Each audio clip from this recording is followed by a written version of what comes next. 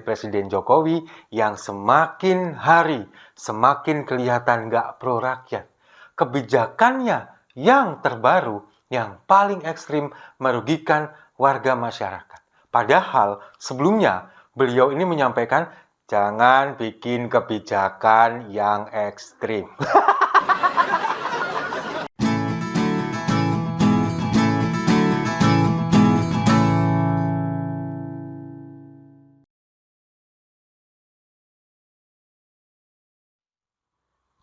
Salam damai untuk Indonesia, berjumpa lagi bersama saya, Papa Dimas. Info kali ini datangnya dari Presiden Jokowi yang semakin hari semakin kelihatan nggak pro rakyat. Kebijakannya yang terbaru yang paling ekstrim merugikan warga masyarakat. Padahal sebelumnya beliau ini menyampaikan jangan bikin kebijakan yang ekstrim. Tapi dilakukan sendiri. Coba bayangkan.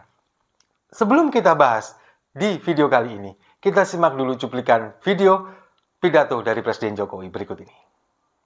Jangan membuat kebijakan yang ekstrim, terutama yang berkaitan dengan hajat hidup orang banyak, yang berpotensi merugikan masyarakat luas, yang berpotensi menimbulkan gejolak. Jadi pidato ini tadi disampaikan oleh Presiden Jokowi di rapat kabinet terakhir sebelum beliau turun jabatan dan kemudian melantik Prabowo Subianto di 20 Oktober mendatang. Itu terjadi pada hari Jumat yang lalu di IKN tanggal 13 September 2024. Presiden Jokowi kan tadi mengatakan di akhir periodenya ini jangan sampai, ini berpesan kepada para menteri-menterinya, jangan mengambil kebijakan, jangan membuat kebijakan yang ekstrim, yang bisa merugikan masyarakat, kemudian menimbulkan gejolak, yang pada akhirnya akan menurunkan daya beli masyarakat. Padahal, Presiden Jokowi sendiri baru saja membuat kebijakan yang benar-benar dampaknya luar biasa. Terutama terhadap lingkungan dan juga terhadap masyarakat, khususnya para nelayan. Pak Jokowi kan baru saja kemarin membuat kebijakan membuka lagi keran ekspor pasir laut yang selama 20 tahun terakhir ini tidak diperbolehkan. Sekarang diperbolehkan lagi. Bayangkan coba. Pasir laut diekspor ke luar negeri. Ini kan hanya demi mengakomodir para pengusaha, para eksportir-eksportir itu. Tanpa memikirkan dampak lingkungannya, tanpa memikirkan dampak bagi masyarakat, khususnya warga sekitar pantai, kemudian para nelayan. Coba sekarang bayangkan. Ketika pasir laut ini kemudian dikeruk untuk diekspor, apa yang terjadi pada wilayah pesisir ini, wilayah pantai ini? Otomatis akan terjadi abrasi, kemudian pengurangan bibir pantai, lalu kemudian bisa dimungkinkan resiko paling parahnya adalah, misalkan ini adalah sebuah pulau kecil, pulau ini bisa-bisa tenggelam. Coba bayangkan. Ada sebuah pulau misalkan pun tanpa berpenghuni, tidak berpenghuni. Kemudian pulau ini indah sebetulnya, tapi jauh di luar sana. Lalu kemudian pasirnya diambil, pasirnya dikeruk untuk diekspor. Apa yang terjadi dengan pulau itu? Lama-kelamaan akan terjadi abrasi, kemudian juga pulau ini bisa tenggelam. Dan kita akan kehilangan salah satu pulau kita. Itu yang akan terjadi. Lalu dampaknya lagi terhadap laut, terhadap ekosistem laut yang ada di sekitarnya.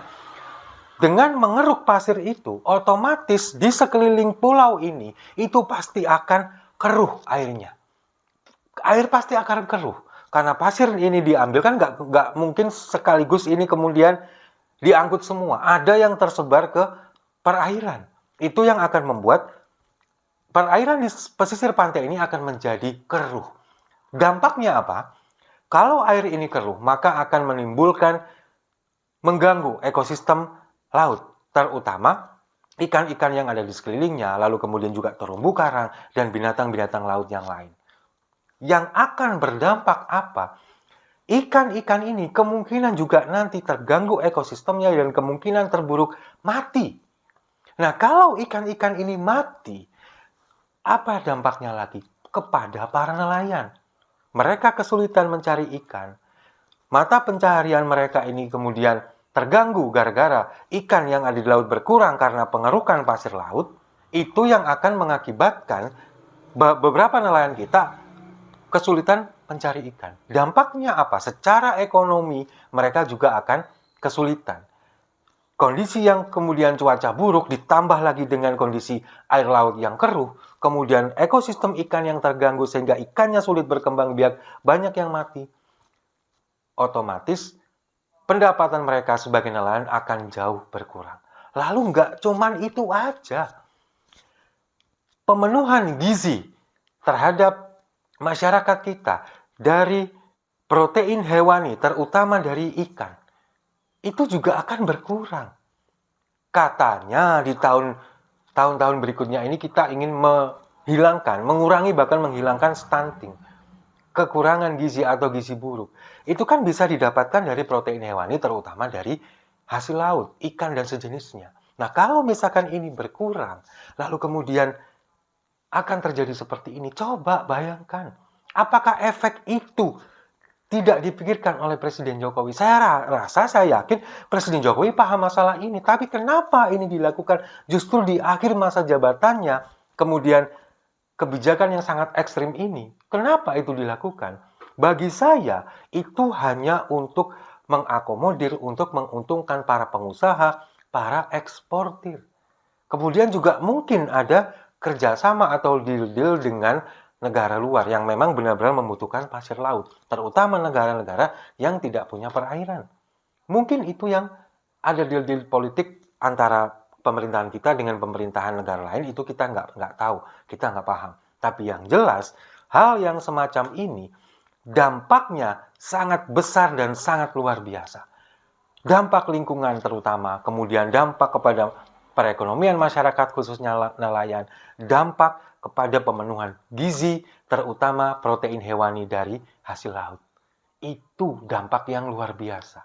Sementara yang difikirkan oleh Presiden Jokowi, semakin hari semakin nggak pro rakyat, semakin menguntungkan para pengusaha, sementara masyarakat, rakyatnya tidak dipedulikan lagi. Beda ketika dulu, awal-awal ketika kita mengatakan bahwa Jokowi adalah kita, orang yang berangkat dari masyarakat menengah ke bawah, kemudian naik menjadi seorang presiden, pembangunan infrastruktur begitu masif, untuk mensejahterakan masyarakat, pemerataan pembangunan terutama di wilayah Indonesia Timur, itu kan kita sempat bangga pada waktu itu. Kita sempat bangga. Tapi di sisi lain ada sifat-sifatnya, ada tabiatnya yang sama sekali tidak pro rakyat. Ya salah satunya seperti ini. Selain kemudian anak-anak mantunya bermain tambang, kemudian flexing harta kekayaan, berfoya-foya, hidup hedon, ke luar negeri dan sebagainya dengan dana miliaran rupiah, sementara di negara kita terjadi kisruh yang disebabkan oleh keluarga mereka nggak peduli. Belum lagi tentang selentingan kemarin dari Rocky Gerung yang mengatakan bahwa Gibran menerima setoran dari menteri, ini kan kemudian juga masih menjadi polemik, belum bisa dibuktikan, tapi juga sudah sempat dibantah oleh istana. Itu yang kemudian sekarang membuat masyarakat ini mengatakan bahwa Presiden Jokowi sekarang semakin hari semakin nggak pro rakyat. Semakin kentara dan semakin kelihatan. Sudah jauh berbeda dengan Jokowi yang dulu, yang sempat kita elu-elukan, sempat kita agung-agungkan. Dan saya ada di bagian itu dulu. Tapi untunglah sekarang, setelah semuanya ini terjadi, tepatnya November tahun lalu ketika kemudian terjadi obok-obok undang-undang di Mahkamah Konstitusi, itulah titik balik di mana kita kemudian menyadari semua. Menyadari bahwa apa yang selama ini dilakukan oleh Presiden Jokowi, meskipun kita tidak mungkin munafik bahwa apa yang dilakukan terhadap pemerintahan negara kita, kemudian pembangunan di seluruh wilayah Indonesia ini sangat maju pesat, iya. Tapi kemudian di akhir-akhir masa pemerintahannya dipertontonkan bagaimana dia kemudian ingin menguasai negara ini, ingin mempertahankan dinasti politiknya melalui anak-anak dan menantunya. Dan sekarang justru kurang dari 2 bulan masa jabatannya kemudian memberikan kebijakan yang begitu ekstrim luar biasa yang merugikan masyarakat kita. Dan itulah yang terjadi sekarang. Dan pada akhirnya kita sekarang bisa mengambil kesimpulan begini. Mungkin dulu kita tidak sepakat. Kita bisa menjadi orang yang paling depan membela Jokowi ketika dia diserang oleh para pembencinya. Tapi pada akhirnya sekarang kita menyadari bahwa yang mereka lakukan itu tidak semata-mata untuk membenci Presiden Jokowi, tapi untuk mengkritisi apa yang sudah dilakukan oleh Presiden Jokowi. Dan pada waktu itu kita menutup mata. Kita seolah terbutakan, kita seolah memakai kacamata kuda bahwa ini adalah presiden terbaik kita. Tapi kenyataannya sekarang kita bisa mengamini, tidak semua ya, sebagian yang pernah disampaikan oleh para pembenci seperti Dr. Tifa, Rocky Gerung, Refli Harun, dan beberapa orang lainnya yang dulu sangat amat gencar mengkritik Presiden Jokowi. Dan mungkin beberapa juga sudah ada yang almarhum seperti Faisal Basri, kemudian juga beberapa tokoh 212. Bahkan sekarang di beberapa poin, beberapa keadaan kita pada akhirnya juga harus mengakui bahwa kita sejalan dan sepakat dengan pentolan 212 Rizik Syihab. Setuju ya? Kalau setuju mari kita minum kopinya sama-sama.